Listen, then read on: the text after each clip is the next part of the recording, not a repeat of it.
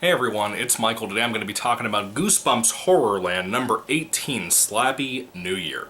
I love this cover. I love everything about this cover. I love the holographic look to it, like those old cards we all used to get from like Pokemon and, all those things. Very cool cover. I love that. It's also reflecting the camera, the little screen on my camera, to me, which sucks because it makes it glare. Anyway, Slappy New Year. I really like this book. I thought it was really fun. It was more fun than scary, but there were a couple of moments in here that I thought were kind of creepy. As you know, I'm trying to go through the Slappy collection of everything from Slappy in the Goosebumps world, also buy those books. I realized when I started reading this, the previous book that I reviewed, for anybody who doesn't know, was Revenge of the Living Dummy, which is the first book of the HorrorLand series. Well, I realized that there were books in between, like Panic Park, or Escape from Panic Park, whatever it's called, that not only ties into, it finishes up the story from Escape from Horrorland, the book that I read a while back and reviewed, which was, okay, and then the ending just kind of chopped off for me, because it's kind of weird how they did that. I talked about it a little bit more in my review, in case you want to know about it, but I won't tell you too much here. But Panic Park ties into that. It's the immediate next book, and I know Slappy's on the cover of that. Well, I thought there was only 18 books in the HorrorLand series, because there's a box set on Amazon that's only 18 books long. Apparently I was wrong. Thank you, Mr. X, my, pretty much, I guess, the person I would consider my #1 fan, who comments all the time on my videos. He's pretty much the only person who comments on my videos. But still, thank you, Mr. X. He let me know that there was a 19th book that's also advertised at the end of Slappy New Year called The Horror at Chiller House, and apparently it is the finale of the HorrorLand series. It is book number 19, and the way this book ended, I cannot wait to see what that book's going to be like. So there is a couple of books for the Slappy collection I'm trying to work my way through and read and review that I'm going to have to miss for the time being. That's one of the big reasons that I don't love the concept of how the HorrorLand series was created. For anybody who doesn't know, this book does not have this, but the book series started off in HorrorLand, the series, where you'd have a brand new book like Revenge of the Living Dummy, the previous book I reviewed, where you'd have a 90-page to 100-page long story, and then you'd have about 8 chapters tagged on for about 40 pages long that would tell you a story that ties in to the chapters in the next book. And it was all about HorrorLand, the big adventure park everybody loves. And I haven't read enough of the HorrorLand books to understand exactly what's going on. I'm a little confused, I'm a little all over the place. The only HorrorLand books I've read at this particular moment are Revenge of the Living Dummy, Escape from Horrorland, and now this. I don't think I've read Slappy New Year. I thought I did, but apparently I did not. And I really liked it. I thought it was a really good book.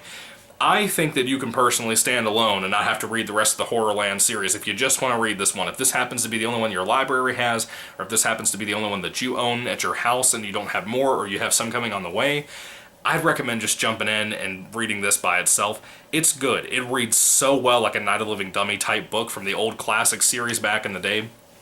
For anybody who doesn't know the story, it's kind of cool how it ties into the HorrorLand setting. We have a family who are on vacation, kind of like in One Day at HorrorLand. There's the main character named Ray, and he has a brother, and his brother is younger than him, but a bigger fella than him. Not so much with, like, fat, but he's just a big guy, And everybody thinks that that brother is the older brother and that our main character, Ray, is the younger brother, and that annoys the crap out of him. Well, that younger brother that's so big is also a scaredy cat. He's terrified of everything, and Ray kind of teases him a lot about that. A lot of people do that to him. And Ray gets attacked a lot by his parents because of how he's kind of mean to his brother. His brother gets on his last nerve about being scared of absolutely everything. And even now, they're on vacation at Horrorland. There is no tie into those previous chapters that we know of from the series. And yet, they find themselves being annoyed because Ray wants to ride more scary stuff. Just creepier stuff, because HorrorLand is a scary park, but he wants more. And his brother doesn't. His brother is fine where they're at. He doesn't want to ride any rides or anything because he's terrified. Well, they encounter some horrors that take them to different places. There is a scene at the beginning of this book that would have terrified me if it would have either been in a TV episode of the show, if this happened to exist at that time, which it did not. If this scene of the Hall of Mirrors had existed as a TV episode, or if I would have read this book when I was a kid, I would have had nightmares for a long time. It wasn't gory. It wasn't a jump scare. It was just creepy. It was just genuinely scary. I really like what this book has to offer. The thing is, once they get out of this place, the two brothers, they escape and they run away from this place, this kind of marked off area inside of Horrorland that they were brought to by the horrors that work in the park. Well, they end up finding themselves into kind of a souvenir shop, and they find a ventriloquist dummy. Of course, it's Slappy. And our main character, Ray, is all into this thing. He loves it. He wants to take it home. Well, then they find this old, creepy man named Jonathan Chiller, who tells them that they don't have to pay for the dummy. They can just take him. The brother of our main character, Ray, does not want this dummy in the house. He's terrified of this thing, and I don't blame him. You know, if he only knew half the stuff we knew about Slappy. The thing is made out of coffin wood, stolen coffin wood. This thing has done some pretty horrifying things. It's puked a lot. If he only knew the kind of stuff that Slappy's done in the past. Slappy almost got married one time. All kinds of stuff. He's been in the show business. Yeah, lots of stuff for him. They go home early from the vacation because the younger brother of our main character is so afraid of everything and doesn't want to ride any of the rides, and he hates the ventriloquist dummy Slappy and all this stuff. He just wants to go home. Well, the mom and dad give up. They take the kids home early. I think it's like 2 days early. Can you imagine going to the beach for supposedly 5 days and you have to leave on the 3rd day or on the morning of the 4th day, something like that, to go home because your brother or sister is not having fun? I mean, it really pisses Ray off. He gets in a really bad mood about it. So he decides to tease his brother more with this dummy that he's so scared of. And that can add some humor in here. Now, I will say this. Once the book is done with the Horrorland segment and we get into Ray and his brother being at home, the book kind of slows down. I will say that. It might feel a little bit boring to some of you. It didn't bother me. I don't mind slow burns. A lot of Night of the Living Dummy books have a slow burn to them until they build into more of the plot twists and the scarier aspects, the more tension-based aspects. It typically is the same story told over and over again when it comes to Night of the Living Dummy stories. This feels a lot like Night of the Living Dummy 1, 2, and 3. It feels a lot like that, and it's really good in that aspect. If you're a fan of those, you'll probably love this. Even if you haven't read the other Horrorland books, like I said, you can read this as a standalone if you want, and you're going to probably enjoy it quite a bit. It was fun. It was enjoyable the whole time, pretty much, for me. And, you know, the big reason it's called Slappy New Year, of course, it's Happy New Year. It's a play on that. Our main character, Ray, and his friend Elena, I think it's Elena, Elena. I don't know how to say that name. It's like an old lady name, you know. No offense to any modern millennials who are named Elena or anything like that. She and our main character want to host a New Year's party to try to become more popular. And of course, this is right before Christmas time. This book also has a segment that takes place at Christmas time, and it's kind of scary and kind of horrifying. Slappy is wild in this book. I mean, absolutely insanely wild. Some of the wildest stuff I've ever seen Slappy do is done in this book. But yeah, that whole New Year's party's coming up and the kids have to behave, and it's kind of the same old Night of the Living Dummy Slappy book type thing. The kids look like they're not behaving because of maybe what the dummy's doing or maybe what one of the siblings are doing. You know, we don't know. There's so much happening in the book. But at the same time, like I said, it is a slow burn. I can see people not enjoying the pacing of this book, but I had a fun time. I enjoyed it. Let's see, what else was I going to mention or critique about this? I don't think I had anything bad to say about the book, aside from the slower pacing to this. It was good. It was really fun. I had a great time reading this. I thought the finale was fantastic. I thought the last chapter was really good. I was really impressed with that. I'm so curious, and I believe that if I had Chiller House, or whatever it is, the next book, number 19, if I happened to have that, I think I would have snuck and went ahead and read it now. Even though I don't know anything that happened in the previous books, apparently you need to know that because of what it says at the end of this book, telling you some information about the upcoming number 19 book.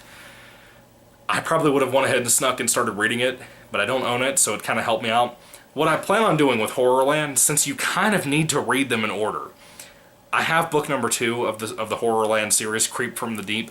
I might try to go back and start reading them relatively in order. It's like the only one of the series, all of the Goosebumps series, that I want to do that with, because I want to be caught up. I don't want to just jump into Chiller House and be so lost and confused because so much has happened in the meantime. I don't want to be that confused. I don't want to be that lost, so I just want to give you guys the heads up for what I'm aiming my guns towards.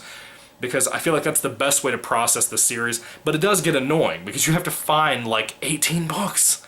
You know, like there's 19 in total. I have read 4, because I also read Scream of the Haunted Mask, but I don't own it. I've read 4, I own 3 of them. So I have 15 books I have to find. It's crazy. That's one of the reasons I don't like the intertwined story angles. I mean, even back in the day of the classic series, you didn't have Night of the Living Dummy 1, 2, and 3 tied in directly together. You could just read them individually at any time and not be lost at all. There was no confusion, no lore, no canon, anything like that. That's what Goosebumps should always be, in my opinion. Not what we're doing now with horror, or what we were doing 10 years ago. Yeah, HorrorLand came out 10 years ago. What we were doing at that time was trying to do a marketing strategy that was a terrible idea. And it shot us in the foot a lot, because people like myself who love HorrorLand, I read Escape from Horrorland and was totally confused. So I'm just letting you know, you can read this standalone if you want to. The ending kind of pushes you to where you need to read the next book. I really liked it though. I thought the whole book was great, but I thought the finale was so good. I thought it was worth sitting through the whole book just to get to that third act of the story. It was just so entertaining, so fun. And again, Slappy is crazy wild in this book. It was great. I had such a good time. If you're a Slappy fan, this is not going to disappoint you at all. Anyway, guys, when it comes to this amazing book, this amazing cover, Goosebumps Horrorland, number 18, Slappy New Year, if I had to rate this on a 5-star basis, I'd probably give this about a 4 out of 5 stars. This is really good. One of the best of the Slappy series, or the Night of the Living Dummy series, whatever you'd like to call it. This is way up there. I love the tie-in with HorrorLand, not as a series, like an era, like Goosebumps Horrorland, like up here, but I mean just like the setting at the beginning of the book. I love the vacation aspect to it. I thought it was cool. It was a different type of thing for Goosebumps. I was worried at first that it was going to tie in too much of the rest of the series and maybe tell me things I didn't know about, but it didn't, so that's good. You know, I liked it. It was a good standalone. But I don't have too much more to say about this book. What did you guys think about it? Put your thoughts and comments down in the comment section down below. I'd love to hear what you have to say about it, folks. Do you like the HorrorLand series? Do you like this particular book, Slappy New Year? I had a great time. This is one of the best I've read, if not the very best, that I've read out of the HorrorLand series so far. And that includes my 4 books that I have read that I just talked about. So, I'm sorry for rambling so much. I just thought it'd be worthwhile trying to give you enough information to understand what I'm trying to do with the HorrorLand series. Because this is confusing. This is why I like the other series more than the HorrorLand series. It gets too complex, and I can't just jump in at any point like I want to. But anyway, thank you guys for watching. Again, happy Memorial Day if you didn't see my previous video that's this weekend. Thank you guys so much. May the Lord Jesus Christ bless you guys today, and goodbye.